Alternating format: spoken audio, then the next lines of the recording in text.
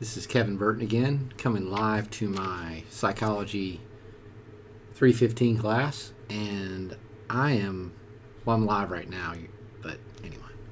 So, that's how I feel. All right, we're going to go, and we're on page 57, and stages of prenatal development. And again, just make sure you know that you've got the germinal, the embryonic, and the fetal period. You've got to know those, and then I'm going to go right to the other side on the focus on development. Again, germinal, embryonic, fetal. Make sure you know how many weeks those are, and again, maybe like some important things about it, like what major changes that happen in those times. You'll see again where it says changes. And then also too, again, I like this. So looking at page 58, it says the first sentence there about the third and fourth week, the heart and neural tube that will become the central nervous system will begin to form, and ears, teeth, and teeth buds under the gums appear in week 6. So, again, the heart and, central nervous system, those aren't very important, I don't think. Maybe not. I think they're pretty important. In like 6 and 8, you've got sex, whether it's male or female there. And then I like the way it says here. So now I'm going over to page 59 at the top. The second sentence. All this development takes place when the embryo is barely 1 inch long. So again, by week 8, it's just 1 inch long. And the reason I say that, you see that exclamation point? So I'm assuming that might be important. And again, the last and longest stage is the fetal period. So that goes from 8 weeks until birth. So, and then just some other things so we're going to the environmental effects on prenatal development, and looking through there, again, kind of like, what can interfere with, as far as the fetal development. And again, you've got this. I thought I was going to look up and figure out how to say it correctly. So by Monday, I'll have it. So teratogen, teratogen. I've heard it before. If I heard it just once, I would get it like that, and have it. But oh well. So again, of course, the nicotine, alcohol, things like that are going to cause some problems there. And again, it says here. So again, looking at this second paragraph there after the environmental effects on prenatal development, that last sentence says that this is summarized on 2.4 on page 60. So that's definitely something we want to look at.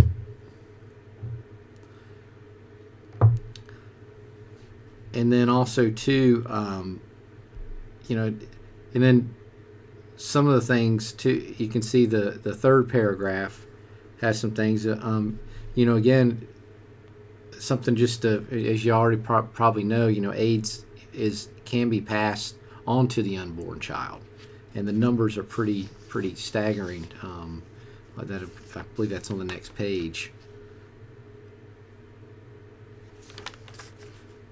So again, looking at page 60, again, you're looking at these, like alcohol, the fetal alcohol syndrome, facial abnormalities, low IQ, heart problems, poor attention, and social skills.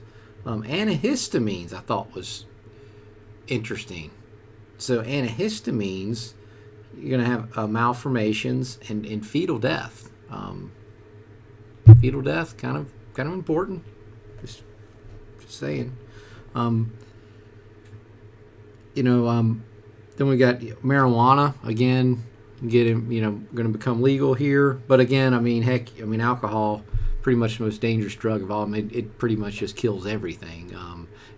A lot of the other drugs, I mean, a lot of times it's the quantities that you take in, and you take them in so fast. But anyway, marijuana, you can see again, looking at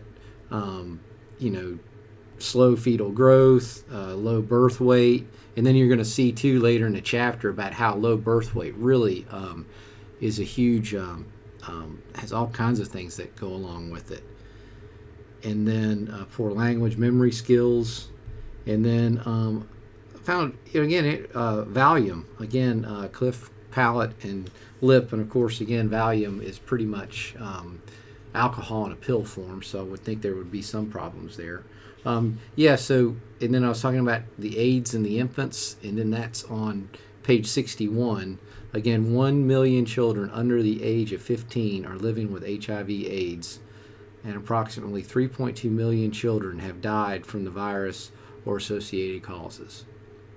So, again, 7,000 young people between the ages of 10 and 24 become affected with HIV every day. 5 cases per minute. And then also too, looking at that, a sentence I found interesting was the disease can be transmitted from a nursing mother to her infant. So something to something there. So again, we got my so then I'm looking at below. So on page 61, after the focus on research, really the first full sentence, it starts, other teratogens have a threshold effect. The substance is harmless unless its use reaches a certain frequency and dosage level. So again, I know working at Chrysalis, it's where a lot of pregnant mothers are there. Now, granted, they're staying clean, but they're actually allowed to smoke, and it's like seven. They can have like 7 cigarettes a day. Of course, they can't drink or have drugs, and we have drug tests and everything. But I was kind of surprised at that. So maybe that threshold effect. It's just if they're smoking a pack or 2 a day type things, and again, a lot of the girls that happened to be there at the time I was there, they did generally smoke a half to a pack a day before when they weren't pregnant. And then things with the high risk infants is the next one here. Of course, that's going to be important any time we're talking about things that can cause death there.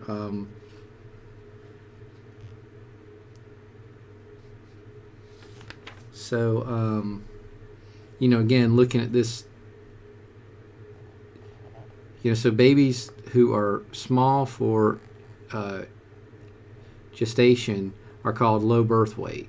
Again, they're not all premature or preterm. Again, you can read that. Something that I found important. Again, the U.S. infant mortality ranks highest of industrial countries. So that's on figure 2.4. So, looking at us compared to England, Finland, Germany, Japan, we have the most infant mortality rates, the highest infant mortality rate. And then also too, it ranks the highest. And then in the United States, infant mortality rates are almost twice as high for black infants, 13.3 deaths per 1,000 live births, as for Hispanic and white infants. Again, this was done in 2003. And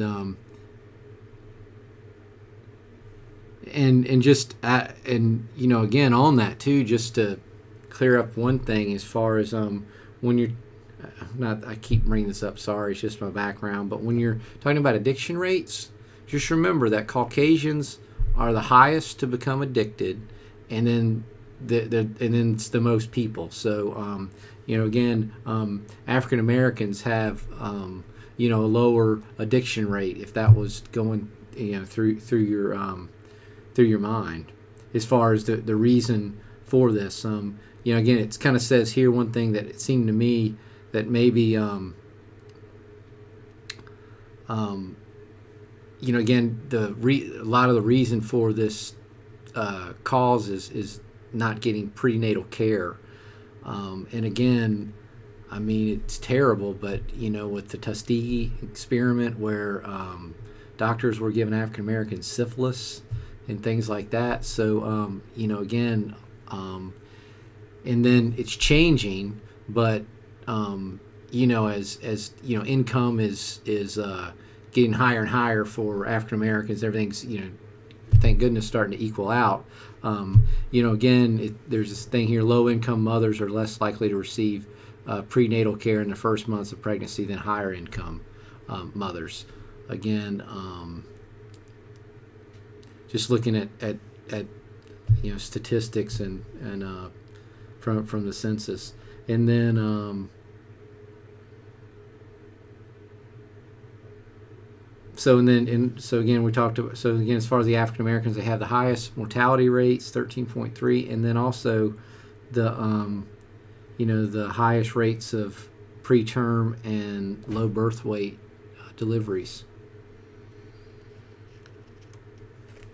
And then also too, remember that a low birth weight is associated with infections, cerebral palsy, visual impairments, brain damage, lung and liver disease. Again, they're going to more likely to have mild learning disabilities, attention problem, poor concentration, language disease, and asthma. And then they're 5 times more likely to be placed in a special education program. And I thought it's a neat number too. If you, for every dollar we spend on prenatal care, say the government, I guess is what it's saying here, it actually saves $3 of postnatal care, or maybe that's just everyone, and then $4.60 in long-term care. So again, that prenatal care is crucial to get.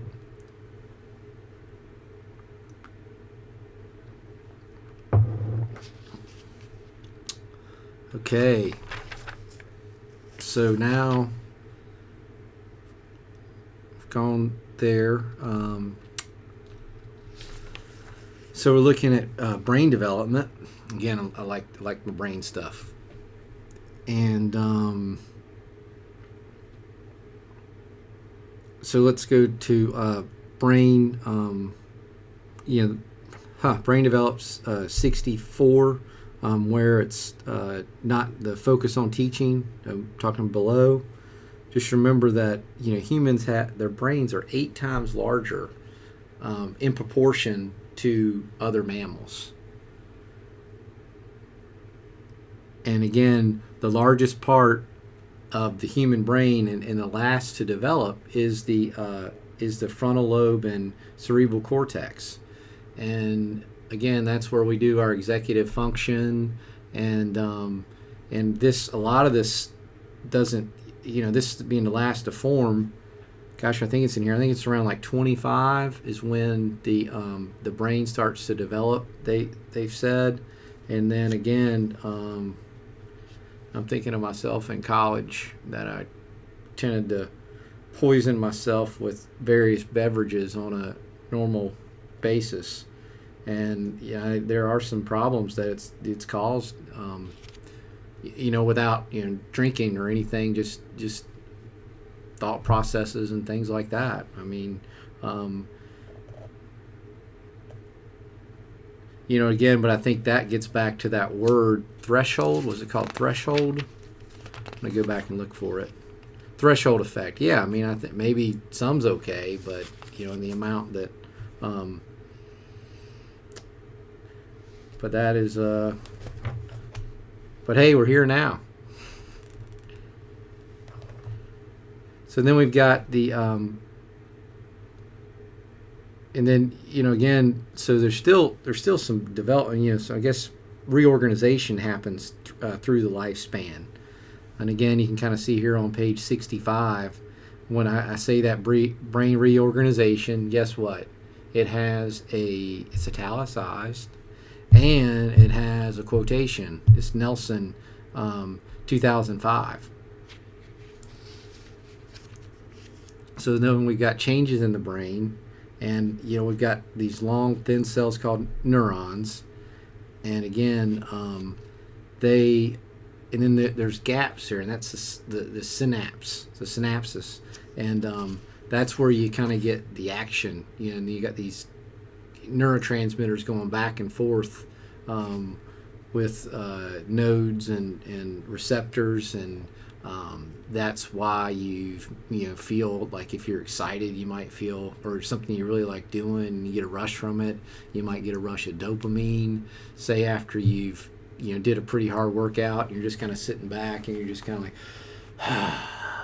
and your body's just kind of tingling. Okay, that's what you would call, those are endorphins. Those are your endorphins.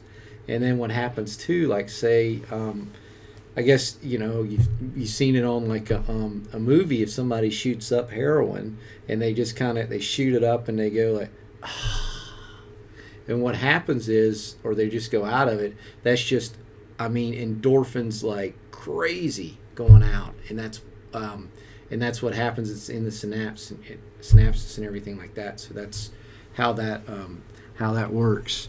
And then looking at the different parts of the brain, so we've got the hippocampus. Make sure there's one of those bullet points up there, so you can kind of see you got hippocampus, amygdala that directs our emotional responses, and then again the frontal lobes. That's where we solve problems, things like that. Again, restrain our impulses. That was the fumbling, stumbling, that left dorsolateral gyrus that's up there that I just remember from a while ago. And then you got corpus callosum. That's the in between. It's passing things back and forth, and it's actually more. It's not on top. It's more down in the brain too. It's not. It's kind of like the brain. You got like a lot of white matter up here, up top, but then that corpus callosum is kind of down in there. And sometimes they used to have to cut that for like epilepsy. So it's called split brain. And then again, so it's pretty neat. Maybe I can get maybe I can bring a video, try to find a video to show you about split brain. So especially if you're watching this, we've covered kind of a lot of the stuff that we would cover in the chapter already. And that would be in the slides. So again, the neurons release chemicals called neurotransmitters. I love them. As far as thinking about everything they can do. There's about 8 of them that we at some point we'll definitely hit all those. Serotonin's mood. Then you've got adrenaline, gets you kind of pumped up. Then you've got dopamine, serotonin. I'm at a blank right now. Maybe I'm at that 25-minute mark. So getting back to now another word. So then I'm going over to 67, page 67, and it's a thing called pruning, loss of synapses. That is environmentally hurt. It occurs late in childhood and adolescence, and again, they're saying, Nelson again saying that that inappropriate synapses disappear. So, all right. Looking through some other things, just brain development and experience, page 69.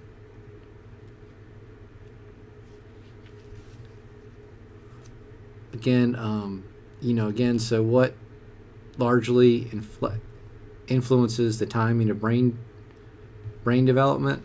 Genetics.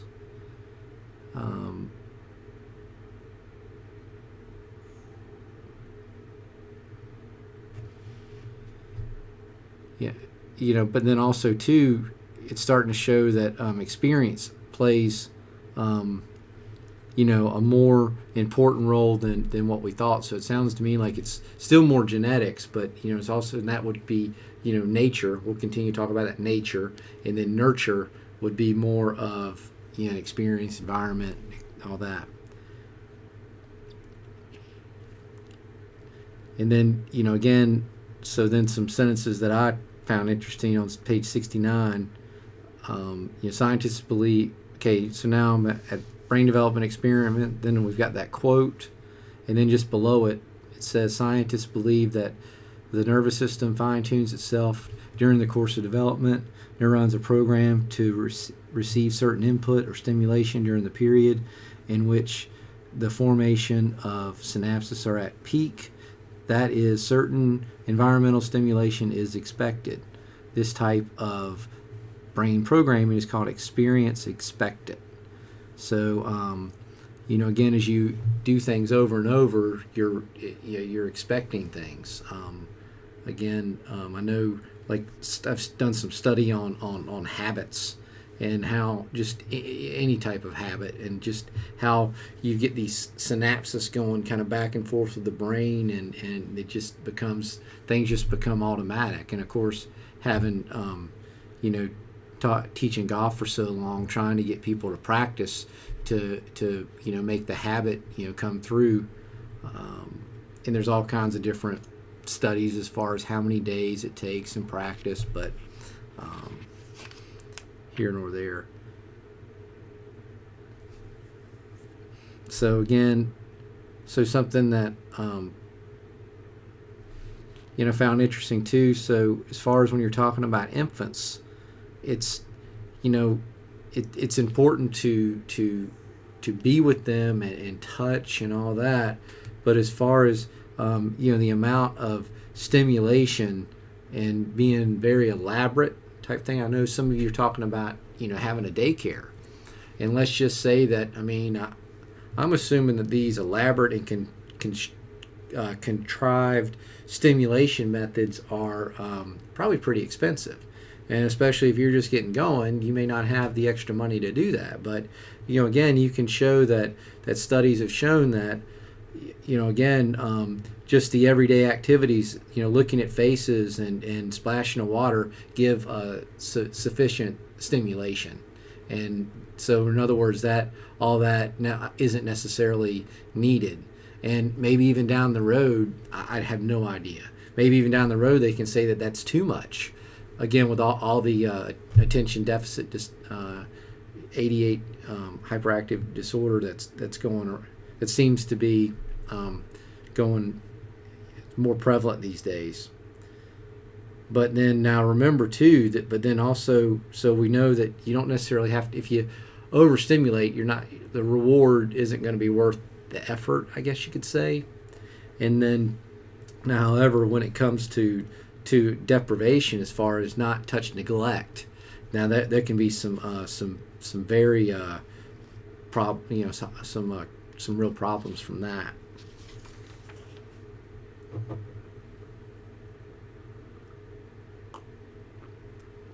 So now the word that I think I've said it before, as far as the brain being able to change, is plasticity. Okay, and that's just when the brain, like an infant, like if it gets, let's say that your creative flair comes out of your let's see here. So you're looking at this is my right side, even though it may be on your left. But anyway, again, so say they get some damage there. Well, the where the adult may not be able to repair that, the child can actually use stuff from the left side, the other side, that normally doesn't do those functions, and it actually grows, and basically their brain functions different from another brain because it just figures out a way to make it work after a brain injury.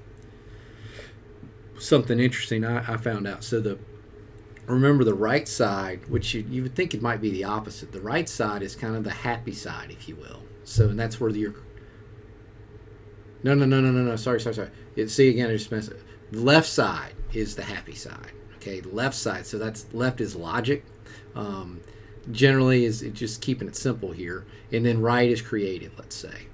And then left is language, I think, and then like language names, and then right is, I guess right for you, is recognizing faces. So it's like a lot of times somebody will say like, I'm terrible with faces. I mean, I'm terrible with names. Well, they're probably, a lot of, they're working their right brain on that.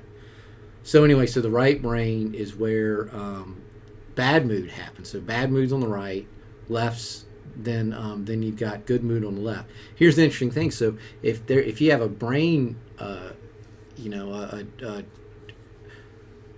TB, a traumatic brain injury, and so anyway, but what generally will happen is if your left brain is hurt, you will tend to be mean. Because that's your happy side, right? So if you destroy some of the happy side, your happy goes away, right?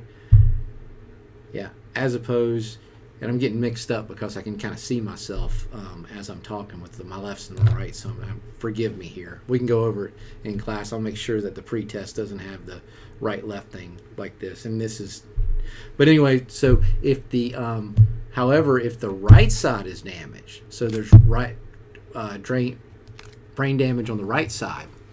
Again, the sad side. That person tends to be more happy. Well, not more happy. Just tends to be happier. Yep.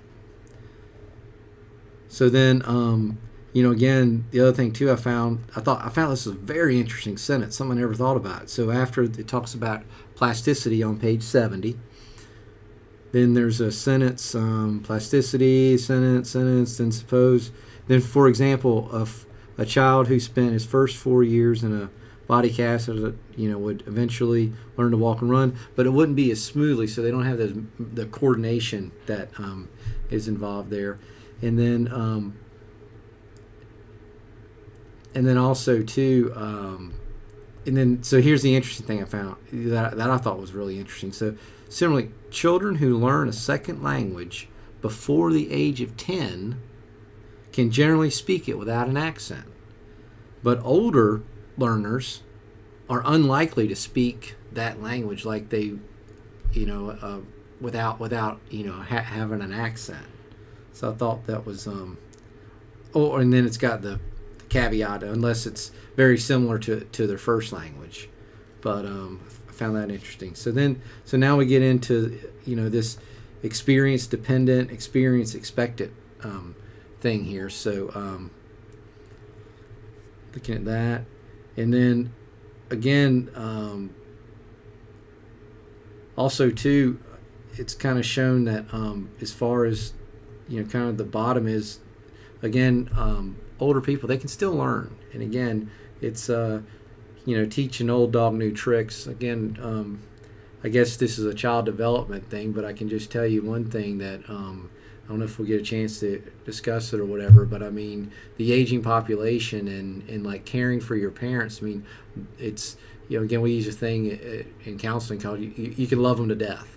So it's like I want to take care of my mother and do everything I can for her, but actually that's hurting her. She loses control. It's kind of like the worst thing you can do. You want to, enabling is when you do something that they can already do, right? That's what we mean by enabling. And helping is when you're doing something for somebody they need, but they can't do it themselves.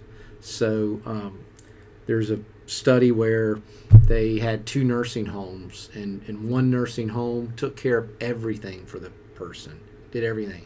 And the other nursing home really didn't do much. I mean, they almost had to, I mean, they weren't like neglected or anything like that, but I mean, they had to prepare their own food. They had to make all these decisions, and they had to clean. I mean, they had basically almost clean up to them after themselves. But the point was, I mean, the nursing home that didn't have, had to do things on their own, they lived 10 years longer than the other. So with the aging population, I mean, you want to keep them working as long as they can. If you're, say, your parents or your grandparents are thinking about quitting, I mean, make sure you talk to them about it. Make sure they're staying stimulated. Make sure they're staying in contact with people. I mean, or they will decline fast. Think how many times after, like I don't know if a grandparent dies, right? And let's say it's that they've been married for 50 years and they're kind of inseparable. I mean, when one dies, what happens usually? The other one dies usually a few years later. And again, a lot of that is just that you're not getting that stimulation anymore. So sorry to get on that tangent, but again, so now I'm looking at page 71, brain organization and specialization. Again, the right side controls the left controls the right. And then, again, that's called brain lateralization. What's that called? Brain lateralization. So you want to know that.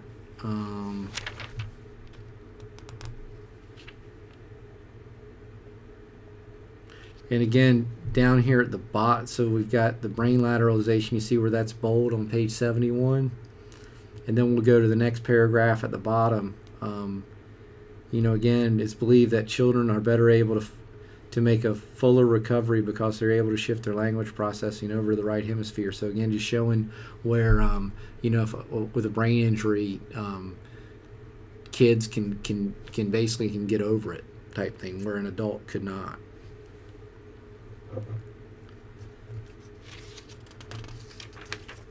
So then page 72. Again, it's just showing that something I never really thought about. Some of the learning, the reading problems, again, it makes sense as far as just could be some problems, with the corpus callosum as far as the lateralization, getting the left talking to the right. So it's like you see a picture, right? But you don't know what it's called. Or you see a word and you can't associate what it looks like. Again, maybe I can find some videos where, one person, so I guess he would have damaged his right side because he couldn't recognize what the object, he knew the name, he couldn't recognize what the name of an object was, okay? And then the other person damaged the other side, the left side, and then he couldn't name anything. Again, it gets back to that having both of those work, and that would make sense with reading. Being able to imagine what something looked like, or I mean, if it's a young kid, I mean, hopefully there's some pictures in the book.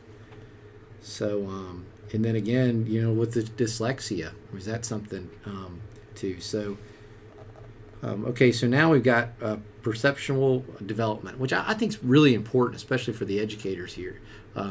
The people that are childhood development, early childhood education, and then elementary education majors in here. So, just knowing like what, milestones of maybe where the children should be. So, like this, we start with visual perception. And again, so basically an infant's legally blind. And I think I made this statement before, and they can really only see about 6, 7, 8 inches in front of their faces. And again, that's the thing earlier in one of the earlier videos, distance between the mother's face and when the baby is nursing.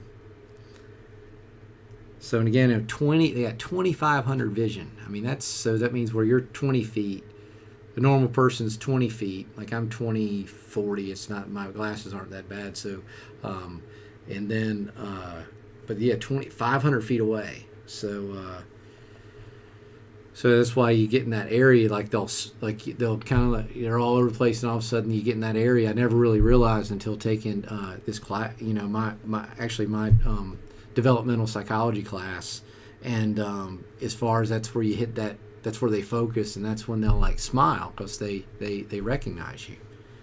Then also too, we'll talk about it some other time. The face is an extremely difficult thing to see, and that's where the talking about earlier with the child recognizing faces, and then just the and a little bit of splash of water, because there's so much to that.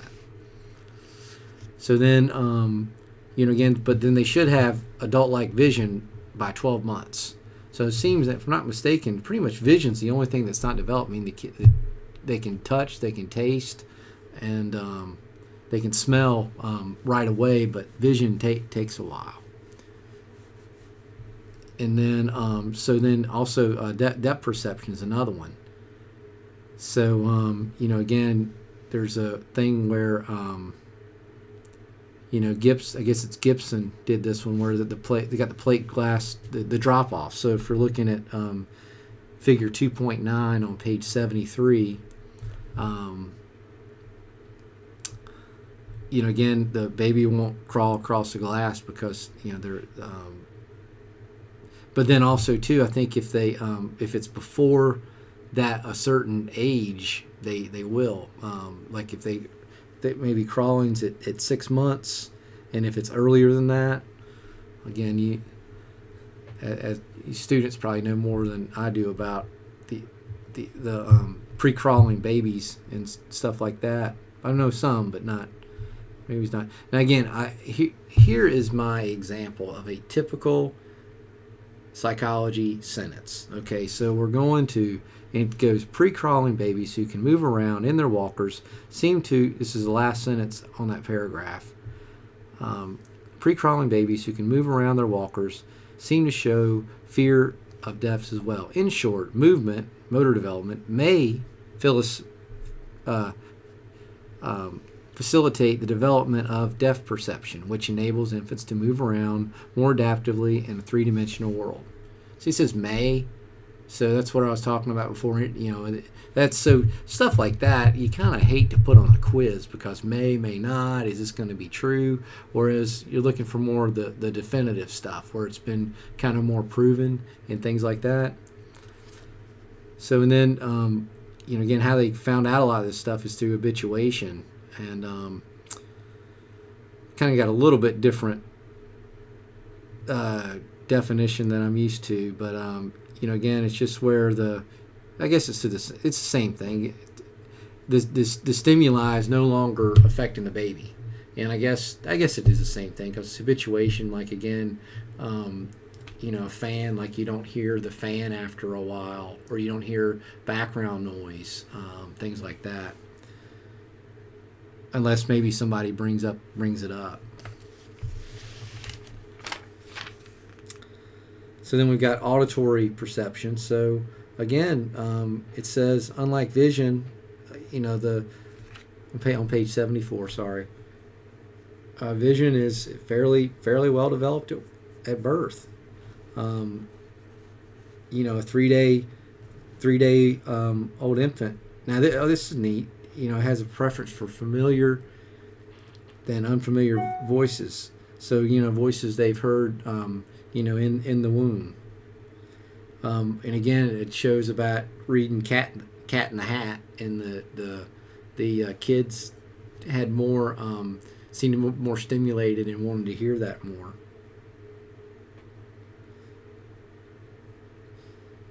And then then the whole time they're discriminating, they're trying to figure out the difference between like this pa and ba, and that's why they take all this into consideration. So when they're starting to say their first words, they say it.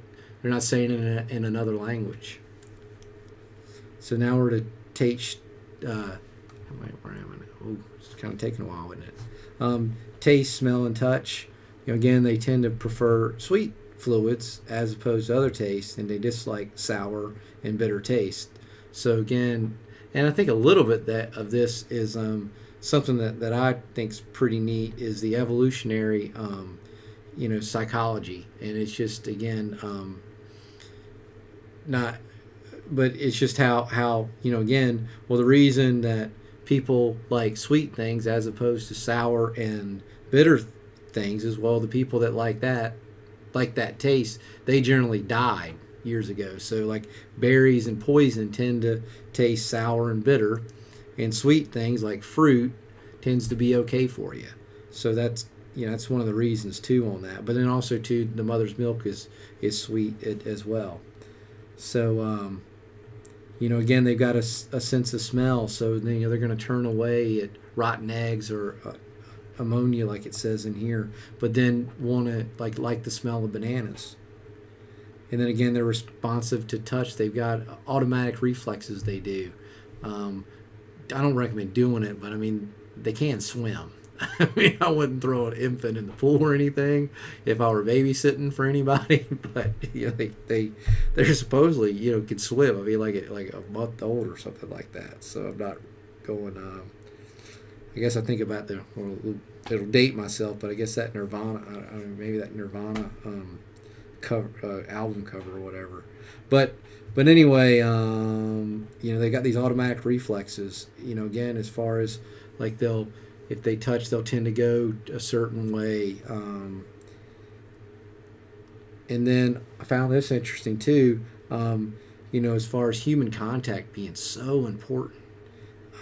Again, busy at night. I know you're busy or whatever, but maybe just down the road, I know if I have a child, just as far as just how important that human contact is to the infant. I didn't know how important it was.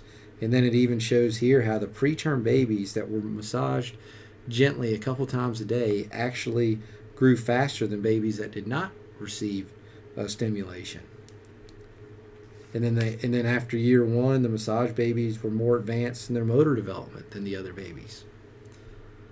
So then attachment, that's just a process where it's attached to the parent, and then if something happens, they go to that safe place with the parent. We'll get more into that later on. And then again, they definitely feel pain. So doctors, it says here that they're more they're more sensitive to the child's pain, but then also too, there's no evidence that any pain experienced for a routine medical check is going to harm that child. If there's not going to be a traumatic experience. So again, maybe I'm thinking for me, if my child just really hates a doctor and goes nuts, I guess I need to take him or her anyway, because the routine medical care just being so important in the early years. So again, okay, so I've even highlighted, from looking at my book, implication for educators. Okay, so again, babies are attracted to colorful mobiles and patterns, displays. So and the older children are also attracted to this. And again, I like the way it talked about how you see that. Then all of a sudden in high school, it's everything just plain. Or, heck, in our classroom. So, maybe Monday I may put some stars out and suns and all kinds of stuff all around. So it may get a little bit crazy in there. I'm definitely going to liven up after reading this, I definitely will liven up my PowerPoint presentations. Again, sometimes just plain white has been shown to be, in a way, it's got the most contrast, et cetera, et cetera. So, and anyway. And I know for me, my small shoe collection that I like, I don't know, I always talk about trying to keep my students awake, so I try to wear these really bright, hideous-looking shoes to class to kind of fire everybody up. Plus it's they're pretty comfortable too.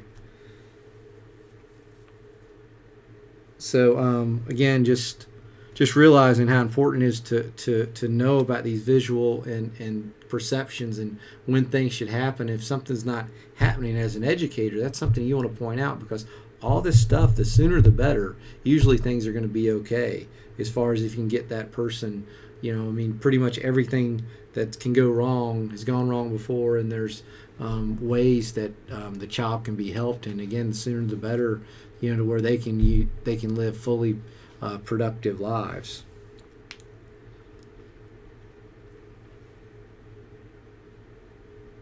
And again, it says the very last sentence on page 75, just before where it says characteristics of children with exceptional needs. It says early intervention programs for children with special learning needs generally include activities that help strengthen perceptual abilities.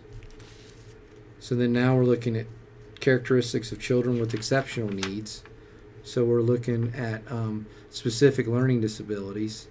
And again, a lot of this, I found this kind of interesting as far as kind of like, I think I knew this, but just the way this was written, as far as like, it's not, instead of like what is a learning disability, is what a learning disability is not. And it's not because of lack of motivation. It's not because,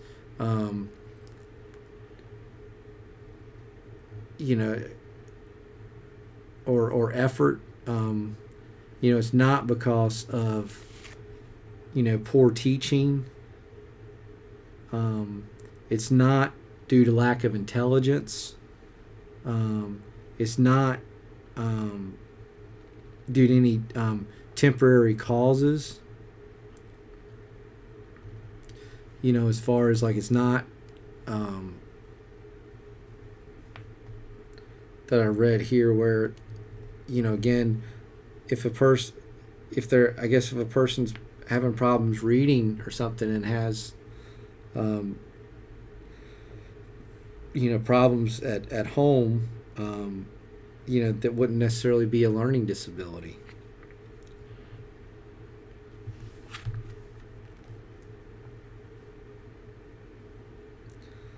It says here that evidence that learning disabilities may be genetic, tending to run in families. Again, there's your typical psychological sentence, but there is, when they say may, I mean that they do have like 70-80% of the time type deal, so it's definitely a majority, and it's been proven. So, and they can also show at least usually 90 to 95% of the time. Every time they do something like that, it's going to be 70 or so percent. Is how the numbers work on that.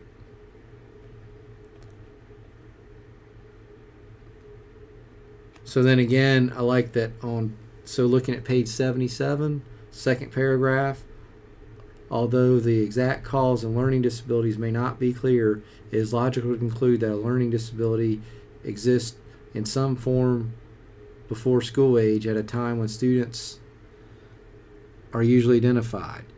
And again,